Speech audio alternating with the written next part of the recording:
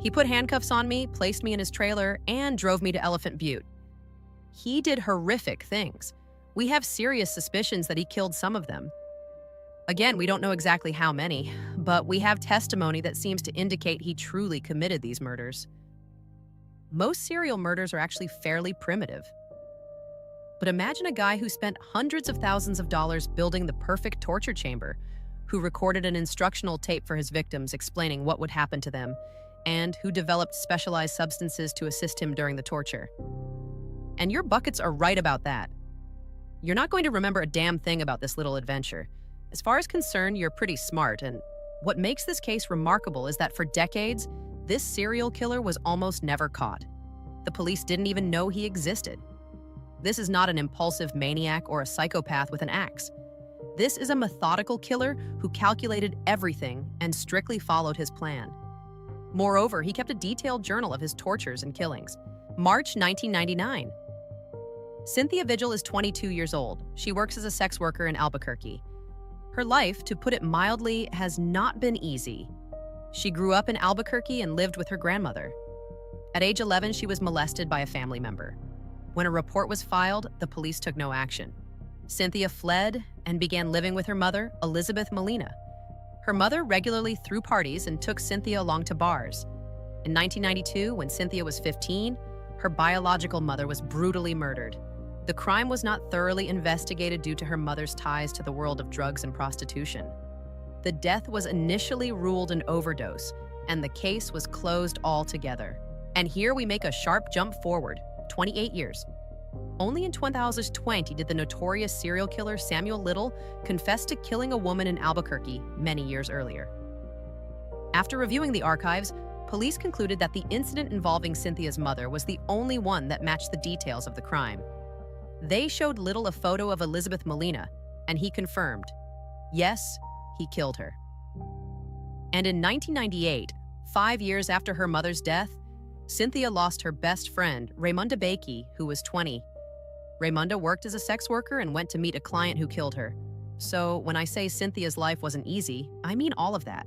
In March 1999, Cynthia is standing in a parking lot in Albuquerque. A man of around 60 approaches her, shows a badge, and says he is a plainclothes police officer, and that Cynthia is under arrest for prostitution. The badge looks authentic. The man puts handcuffs on her and places her in the back seat of a Toyota RV. Another woman, around 40, is already sitting there. After that, Cynthia remembers nothing. Not until she wakes up in some trailer music, naked and chained to a chair. The chair resembles a gynecological examination table. You are now looking at actual footage. It has metal restraints for her hands, legs, neck, and head. The girl cannot move at all. On the ceiling directly above her hangs a large mirror in which she can see herself. In the right corner of the trailer is what appears to be a TV or monitor. On it, she also sees herself through a video camera aimed at the chair. And then a tape starts playing. On it, a calm male voice speaks. He introduces himself as the Master and calls his partner the Mistress. Cynthia, this voice says, is now a sexual slave. You are obviously here against your will. You'll be raped thoroughly and repeatedly in every hole you've got. You're not going to remember this little event. The voice on the tape says that the neighbors know what happens here and that she will likely be servicing them as well. Let me say again, this is not some horror film. This is a real story. What follows for Cynthia are 3 days of hell. This man and woman tortured her with whips, medical instruments, and homemade devices. Cynthia was allowed to address them only as Master and Mistress. She had no right to speak first. The trailer itself was roughly 4.5 by 7.5 meters, a converted freight container. Soundproofing was so effective that almost nothing could be heard from outside. No windows. On the walls hung anatomical diagrams with marked pressure points and detailed diagrams of how to torture a person. There were also drawings of what was done to the victims, even dolls suspended in various poses, as if being tortured. All this equipment was estimated to have cost around $100,000. He put handcuffs on me, placed me in his trailer, and drove me to Elephant Butte. He did horrible things. On the morning of March 22nd, after a day of torture, the man leaves for work and leaves Cynthia with his partner. The latter is talking on the phone and turns away. For some reason, she leaves the handcuff keys on a table next to the chair where the victim is chained. Cynthia spots the keys, grabs them, and unlocks the first lock. She manages to grab the phone and starts dialing 911, but doing this silently is impossible. The woman turns around, grabs a heavy metal lamp, and strikes Cynthia on the head. Then she hangs up. But Cynthia, fortunately, does not lose consciousness. She spots an ice pick on the floor. And don't ask why it was there. It's a torture room. She grabs it and drives it straight into the woman's neck. Then she runs to the door and bursts outside. She's wearing a dog collar with a heavy lock and chains, which jingle with every step. On top of that, the girl is nearly naked, covered in blood and bruises. Not easy to miss. Cynthia tries to wave her arms to flag down a car and ask for help. The woman in the first car she runs toward looks at her and locks the doors. And you know what she does? She drives away. The second car passes her too. Cynthia runs further toward houses and trailers along the road, knocking on every door, but they're all locked. Finally, she finds an unlocked trailer and runs inside. A man is there. He looks at the collar, the blood, the chains. He gives her a robe and calls 911. Cynthia tells the dispatcher that she was tortured for 3 days in a trailer nearby. She says she escaped, that there is another woman there. But police are already on their way. They had received that first disconnected call and decided to check it out. Responding officer David Elston arrives. From the outside, it looks like a normal house. The door's opened by a man in his 60s. Looks like a typical retiree. David explains that a call came from this address. The man appears surprised and says no one called from here. At that moment, a woman in her 40s walks out. There's a bandage on her neck, blood visible beneath it. Elston senses something is off and asks permission to search the property. The man agrees. Elston approaches a white trailer in the yard. The door is unlocked. He opens it and must have been quite surprised. I certainly would have been. David sees a gynecological chair in the center, a mirror on the ceiling, chains, and on a small table, carefully arranged scalpels, clamps, and dilators. Also, many medical syringes. Among other things, a homemade electric current generator, music, and a coffin in the corner. Don't even ask. I don't know why it was there either. Perhaps as an additional element of psychological terror for the victim. As if everything else wasn't enough. On the inner side of the door hangs a sign that reads, Satan's Den. Elston had been a cop for 8 years at that point, but this was the first time he had ever stood inside a real torture chamber. Music, David steps outside and tells the man and woman they are both under arrest. He puts on the handcuffs and calls for backup. The couple begins claiming that they took Cynthia in to help her overcome a heroin addiction, that everything was voluntary. Despite their excuses, both are taken to jail. The man's name is David Parker Ray. He is an employee of the New Mexico State Parks Department. The woman is Cindy Lee Hendy, his girlfriend. Let's get to know these monsters better. David Parker Ray was born in Belen, New Mexico. His parents divorced when he was 10. Ray and his younger sister were raised by their maternal grandparents. They all lived on a small ranch due to poor financial circumstances. His father would visit the family periodically at Raw, though frankly it would have been better if he hadn't. He was an alcoholic and generally unhinged. He regularly beat his son. On top of that, he would bring him 18-plus magazines. School wasn't much better. Ray was constantly bullied. He was ashamed around girls, quiet and withdrawn. Other boys beat him, and girls laughed at him. Fairly early, Ray turned to alcohol and drugs, and already in adolescence began taking an interest in sadomasochism. Surprising, right? After finishing school in 1957, he served in the U.S. Army. He married 4 times, but none of the marriages lasted more than a few years. He does have 2 daughters. In the 1980s, Ray worked as a mechanic at Canal Motors, a used car dealership. One of the co-owners was a man named Billy Ray Bowers. Ray frequently clashed with him. On September 25, 1988, Billy Bowers disappeared.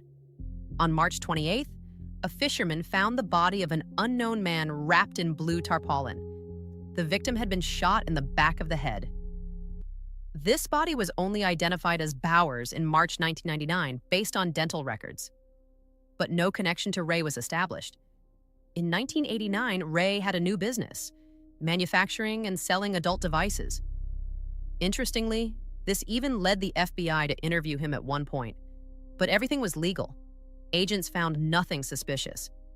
In 1993, he moved to Elephant Butte, where he worked as a mechanic. Co-workers described him as quiet and polite. But it was precisely during that period that Ray was already building his trailer. In 1997, he met Cindy Hendy. She worked at the same place as Ray and was serving community service for prior convictions. Cindy had fled from Washington State, where she faced criminal prosecution for theft and drug offenses. She was later diagnosed with antisocial personality disorder, essentially absence of empathy, inability to experience emotions, and so on. And that's when they began their new hobby. After the media broke the story about the pair of deranged torture enthusiasts, another victim came forward to the police. It turned out that in February 1999, just a month before Ray's arrest, someone had abducted a woman named Angelica Montano. She was also tortured in the trailer for 4 days. Then, for some reason, she was released. Released in the sense that while the woman was under the influence of narcotics, she was dumped on the side of a road between Albuquerque and Elephant Butte. Fortunately, a passing driver picked up Angelica.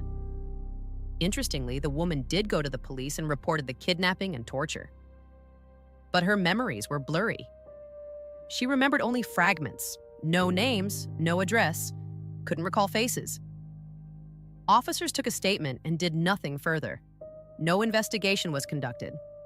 A journalist who later investigated the case wrote, "The officer simply didn't believe her and thought she was making it up." So the case was never officially registered. One of the reasons for this lack of interest was the victim's unclear memories. Investigators later figured out why. Ray had been using memory-suppressing substances, specifically phenobarbital and sodium pentothal. He would inject them into victims before releasing them, so that they would develop retrograde amnesia, a state in which a person cannot remember events that occurred before the injection was administered. When Ray is arrested, Angelica is called in for an identification procedure in Dure, and she recognizes him. A trial is scheduled. Angelica is to testify as a key witness.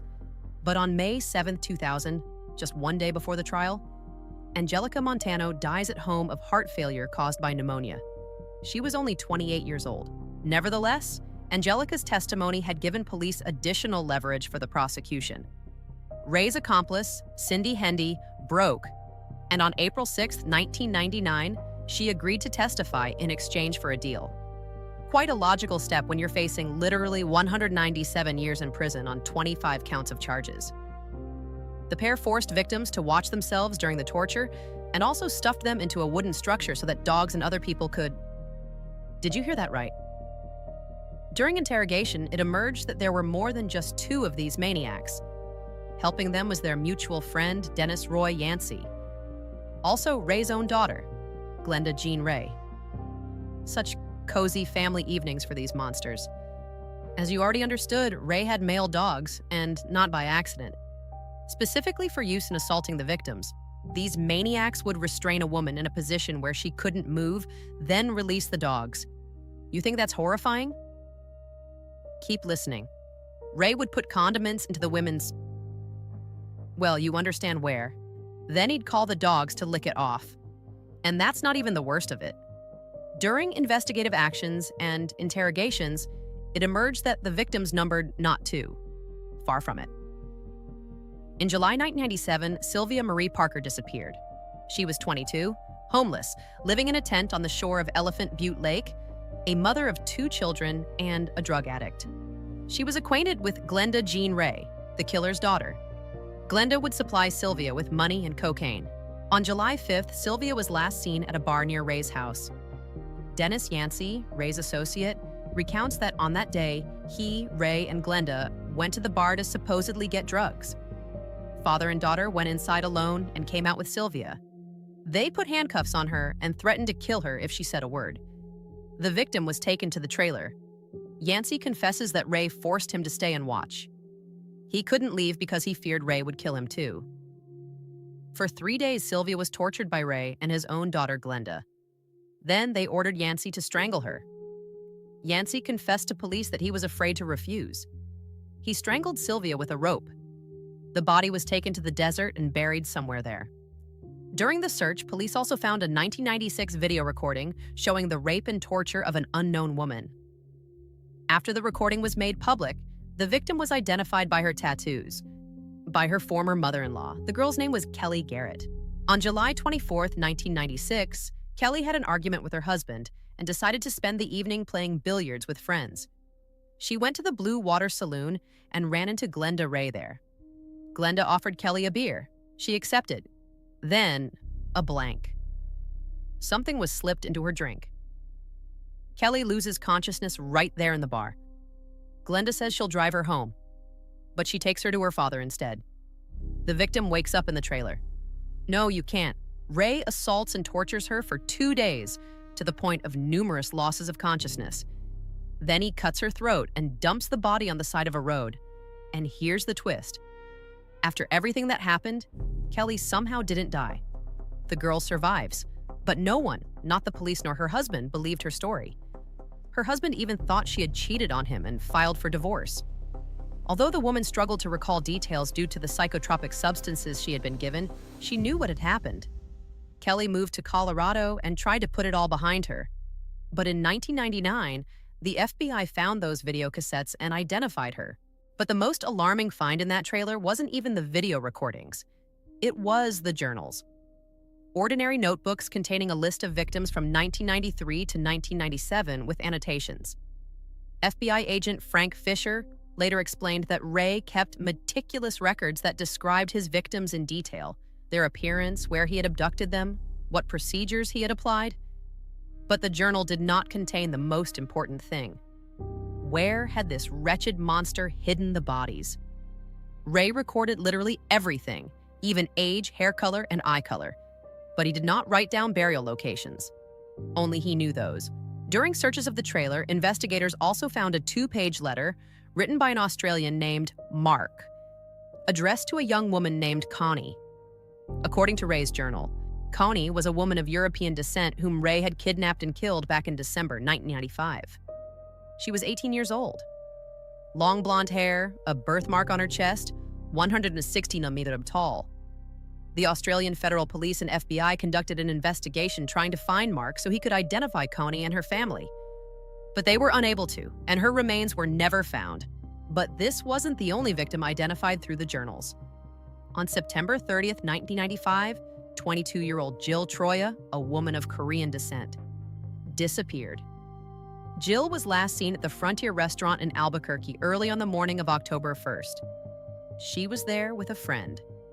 And that friend was Glenda the bitch, Ray. Witnesses say the girls had an argument. Glenda told police she had left Jill at the restaurant and left with her father. But Jill was never seen again. And in Ray's journal, investigators found a record about an Asian woman abducted around that same period. Given the magnitude of this case, the FBI sent Agent Doug Belden. By the end of the week, around 100 federal agents were working in Elephant Butte.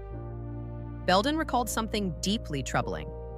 In 1986, 13 years earlier, a young woman had walked into the FBI's Albuquerque field office. She said her father kidnapped and tortured women in his trailer and allegedly even sold some of them to buyers in Mexico. But the woman had no concrete evidence, no victims' names, no dates. The report was deemed insufficient to open an investigation, and the case was closed. That woman's name was Glenda Jean Ray. Yes, David Ray's own daughter. 13 years earlier, she had tried to stop her father. Then she became his accomplice. And you'd probably like to know how that happened. But I can't tell you. Not because I don't want to, but because I genuinely don't know. There is simply no information about this. Not in the archives, not in interrogation records. Nothing, except for some forums where people offer hypotheses. On Reddit, the most common theory I saw was that he probably broke her psychologically. She had lived near him for years and knew what he was capable of. And after Ray's arrest under this theory, she may have sought a deal with investigators as a witness rather than a co-conspirator. There's no evidence for this, it's just discussion on Reddit. Moving on. Police continued the search for victims. A team of 30 divers searched Elephant Butte Lake, up to 48 meters deep, with an area of over 150 kilometers. To put that in perspective, roughly a month of searching in and under the water. Dog teams and ground-penetrating radar swept the desert around Elephant Butte. They found fragments of human bones in 3 different locations, along with animal bones buried nearby. Examination showed that the human bones belonged to at least 2 different individuals. One, a woman aged 25 to 35, the other, aged 40 to 50. The DNA did not match any database. Meanwhile, Ray was showing investigators spots in the desert where he claimed to have buried bodies, but his directions were far too vague. Music. The desert looks the same everywhere. Police searched but found nothing. Equally thorough searches continued inside the trailer itself. Over 500 video cassettes were found there, hundreds of hours of recordings of torture. The FBI assigned agents to review them. The work was psychologically exhausting. Many agents later requested transfers to other cases. Some needed psychological support. Interestingly, on one of the cassettes, Ray claimed to belong to a local chapter of the Church of Satan. Describing it in detail, 20 members, men and women, meeting in a hidden church, black robes, pentagrams, rituals, chanting, animal sacrifices, chicken blood, and so on.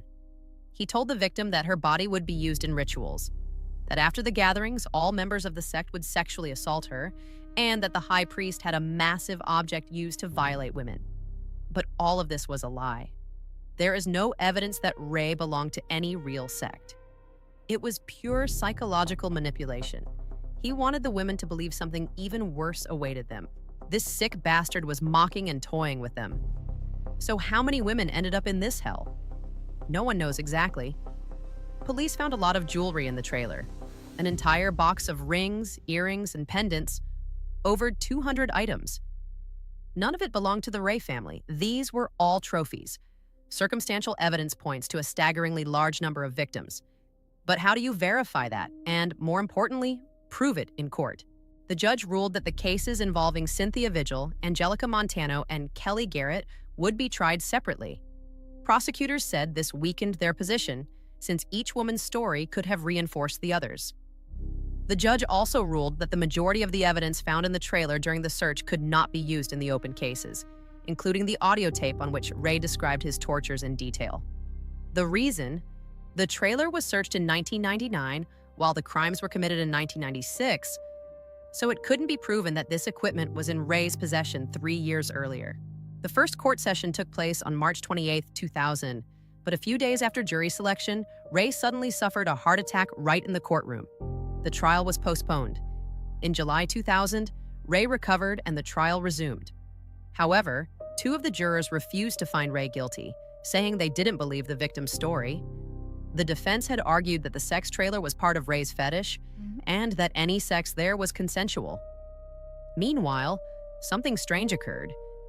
Yancey Dennis and Cindy Hendy, held in prison, changed their minds and refused to cooperate. Yancey received threatening notes. Hendy fared differently. She received love letters, all from Ray. The prosecutor said, the letters were largely appeals to Cindy, like, I love you, I want to marry you. Ray even had Cindy's name tattooed on his arm. With deep feelings for Ray, Hendy withdrew her confession. She said she made it all up. But the strange events didn't end there. In November 2000, a new court session began, and after a few days, the judge overseeing the case died. A new trial was scheduled, at which Ray was ultimately found guilty on all charges. A week later, another trial for a different victim was about to begin. But Ray offered a guilty plea deal. In the summer of 2001, Ray and prosecutors reached an agreement. In exchange for his daughter not serving additional prison time, David pleaded guilty to over 20 charges. He was sentenced to 224 years in prison, the maximum possible term. His daughter Glenda was sentenced to 9 years. His partner Cindy Hendy would spend 36 years behind bars. Dennis Yancey, for his part, received 30 years. But the story doesn't end there. The victims still needed to be found. State police planned to interrogate Ray. He agreed to talk, possibly even to reveal where the bodies were, possibly to provide names. On May 28, 2002, just hours before the scheduled interrogation, David Parker Ray suffered a heart attack at the Lease County Correctional Facility in Hobbs. Long story short, this monster died. An interesting fact, This sick psychopath served less than 1 year of his 224-year sentence. The confession never happened, the bodies were never found, and most of the victims were never identified. According to the FBI, the number of victims may range from 40 to 60, possibly more. Despite the enormous amount of physical evidence, investigators never found the remains of other victims. In 2011, Cynthia Vigil came forward publicly and called on other women to speak out. She asked those who had survived torture in Ray's trailer to contact police. That same year, the FBI released hundreds of photographs of items and jewelry collected during the investigation to the public, hoping someone might recognize them. FBI agent Frank Fisher, who worked on the case that same year, stated that the FBI, along with its law enforcement partners in New Mexico, was pursuing several leads in the search for any possible remains of David Parker Ray's victims. He asked relatives and friends of missing persons to review the photographs and contact the FBI if they recognized any of the items. Cynthia, meanwhile, founded the organization Street Safe New Mexico, a volunteer organization that works with sex workers and other vulnerable people living on the streets. On her website, she writes that she has permanent nerve damage from the torture, that she is no longer on drugs. She got married, had 4 more children. The girl even completed medical and dental assistant programs. Dennis Yancey, Ray's associate, was released in 2021 after completing his sentence. He had received parole in 2011 but was quickly sent back to prison for drunk driving. Cindy Hendy was released in 2019 after serving 19 years. In 2020, someone recognized her in a supermarket. A social media campaign erupted, people sharing her photo, reporting where they had seen her, calling for retaliation. Glenda Ray disappeared from public view. Sources say she changed her name and moved to another state. And what remains? The bodies of many victims were never found. They're still out there somewhere, maybe in the lake, maybe somewhere in the desert, unidentified and unburied. If you missed this video about the Green River Killer, a Jehovah's Witness with 49 victims to his name, check it out. That's the story, kids. Thanks for watching. Take care of yourselves.